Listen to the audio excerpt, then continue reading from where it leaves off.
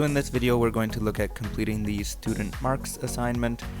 We're going to look at some basic features of Excel, and we're going to look at the IF function. We're going to use it in two different ways. The first way, a fairly simple and straightforward method of using the IF function, and then after that we'll do one that's slightly more complicated.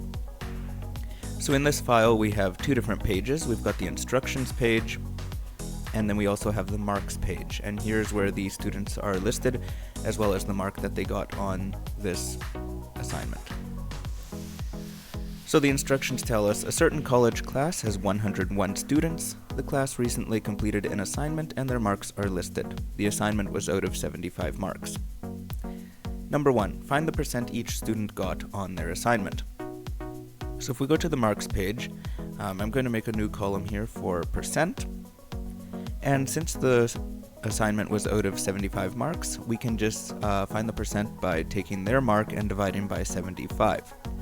Now I could go equals 6 divided by 75, and I would find that that is 0.08 or 8%. But then I have to type in that manually for everyone, and the whole point of spreadsheets is to make things more efficient.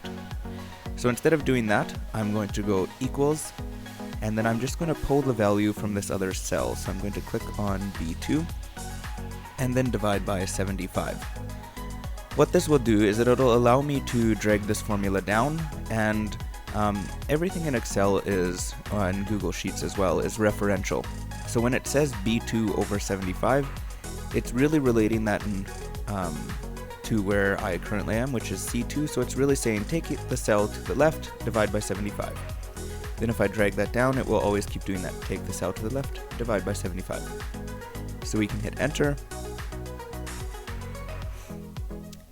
And then I can grab this little blue dot in the corner and drag down all the way to the bottom. There we go. Now if we click at the top C to highlight that entire column, notice we have something for formatting as a percent, so I'll click that. And then I'm going to reduce so that we don't have any decimal points. Number 2, arrange the list by highest percentage first. So I'm going to highlight the whole thing by clicking in the top left, but I don't want to sort the header, so I'm going to go hold Control while I deselect that row. Then I'm going to go Data, Sort Range, Advanced Sorting Options. I want to sort by percent, which is in column C. And I want to go highest first, so that would be Z to A. There we go. Now we've got our top students there, and it looks like there were some bonus marks because they ended up with 101%. Number 3, name the highest scoring students. So highest scoring students. I'm going to double click here to adjust this column width. And so the highest scoring students obviously are Ollie, Samuel, and Robin. Number 4, create a list of students that failed the assignment. So that would be anyone, I'm going to adjust this again, anyone under 50%. So I'm going to scroll down. Here it looks like Arthur is the first one with 49%. Then we'll just click and drag all the way down, Control C to copy, and Control V to paste. Number 5, calculate the class average. So I'm going to go class average. And here's where we're going to use one of the next functions. So we can go equals, we want the average function, open bracket, and I can just click and drag all of the percentages that I want to average out. Once you reach the end of the range, close bracket, hit enter. We only want that one class average. It makes actually no sense what the rest of these would be filling in, so click no. We do not want to copy that down. Then number 6, calculate the class average if the lowest 10 marks are excluded. So we're going to go class average without lowest 10. So in this cell I'm going to do the same thing. I'm going to go equals average, open bracket, but this time when I highlight I'm only going to do the first 90 students, I'm going to leave out the bottom 10. So instead of highlighting down to row 102, I'm only going to row 92. Close bracket, hit enter. We do not want to fill. Well, it brought it up a little bit, but not a lot. Class average without the lowest 10 is 56%. Number 7. Label each student as either passed or failed. So this is the first time we're going to use the IF function in Google Sheets, and it works the same way in Excel. So we want to look at each percentage, and if it is 50% or higher, we want to say that the student has passed. Otherwise, we want to say that they have failed. So I'm going to make a new column here by right-clicking on D, insert one column to the left, and this one I'm going to call outcome. So we're using the if function, equals if, open bracket, and here we see the instructions for using this particular function. Use this as a reminder whenever you're using this, in case you forget what these things are. So it says if logical expression, then value if true, and value if false. So that means that at first we're going to do some kind of test. We want to know if something is true or not. In this case, we want to know whether their percentage is higher than 50%. So that's the test, whether or not it's higher or lower than 50% as a outcome. Then if it's true, if it is higher than 50%, we want to return the value passed, and otherwise we want to say that they failed. So our logical expression, what we're testing is whether the value in column C, so I'm just going to click there, C2, we want to know whether that's greater than or equal to 50%. Notice when I put in the comma, my instruction box moves over the part that's highlighted so that I know which part I'm at. So value if true, if it is true, then I want to say passed.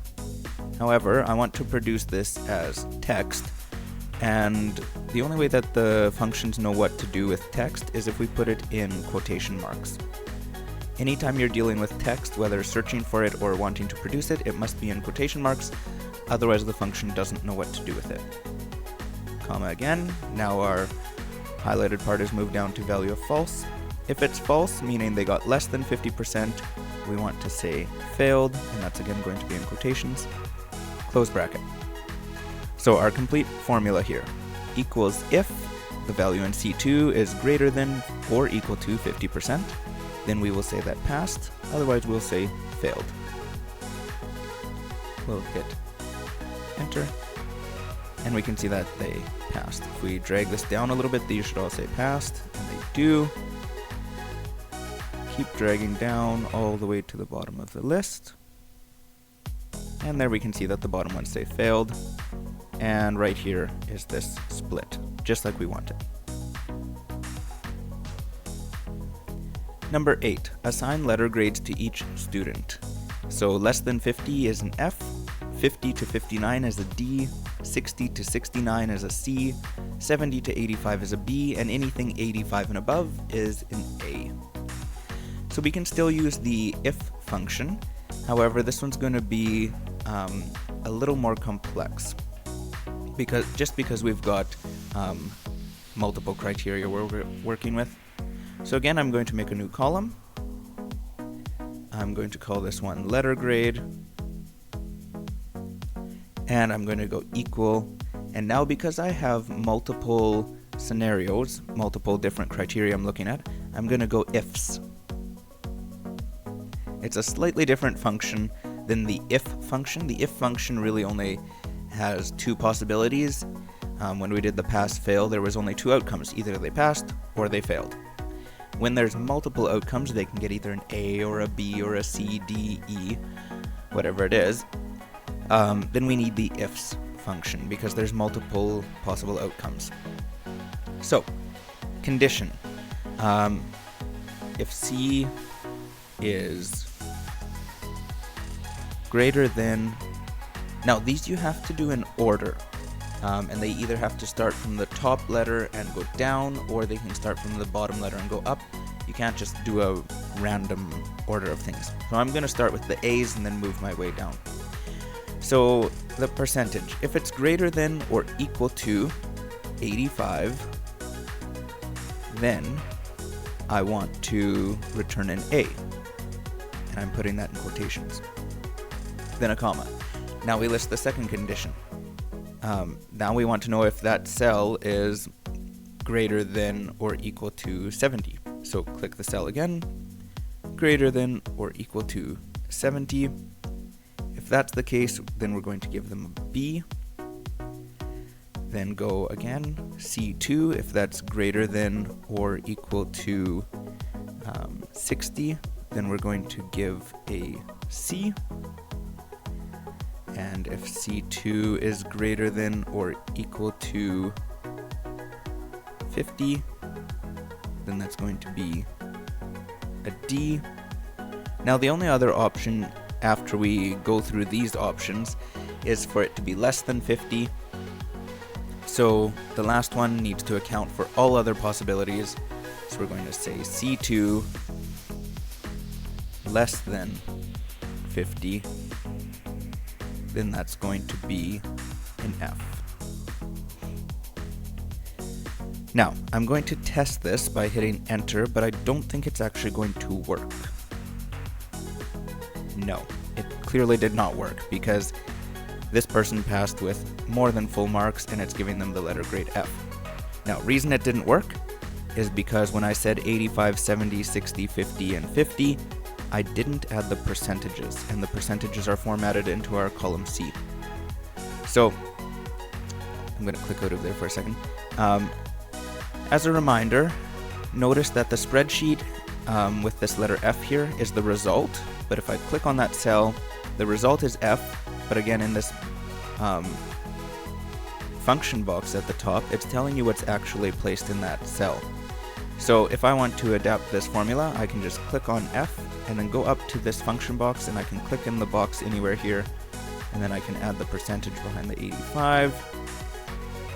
I need to put one behind the 70, the 60. Oops. Sometimes it jumps around a little bit. 50, and this 50 as well. There we go. Now if I hit enter, there we go. Letter grade A. So now I'm going to just click and drag. Yes, that looks good. 85% is still an A, 84% changes to a B. So I'm pretty confident that that's working, so I'm just going to drag this all the way down to the bottom of the list. There we go. And these are all the students that failed again. So that is everything. There's some simple functions here that we did, just simple calculations like calculating the percent. Then we also did the average function. We'd used the exact same function, just highlighting a different region to get this answer. And then the more complicated or advanced functions that we're using, the if function, when there's only two possible outcomes, either passed or failed, and the ifs function when there's multiple outcomes, either they could get an A, a B, a C, D, or F.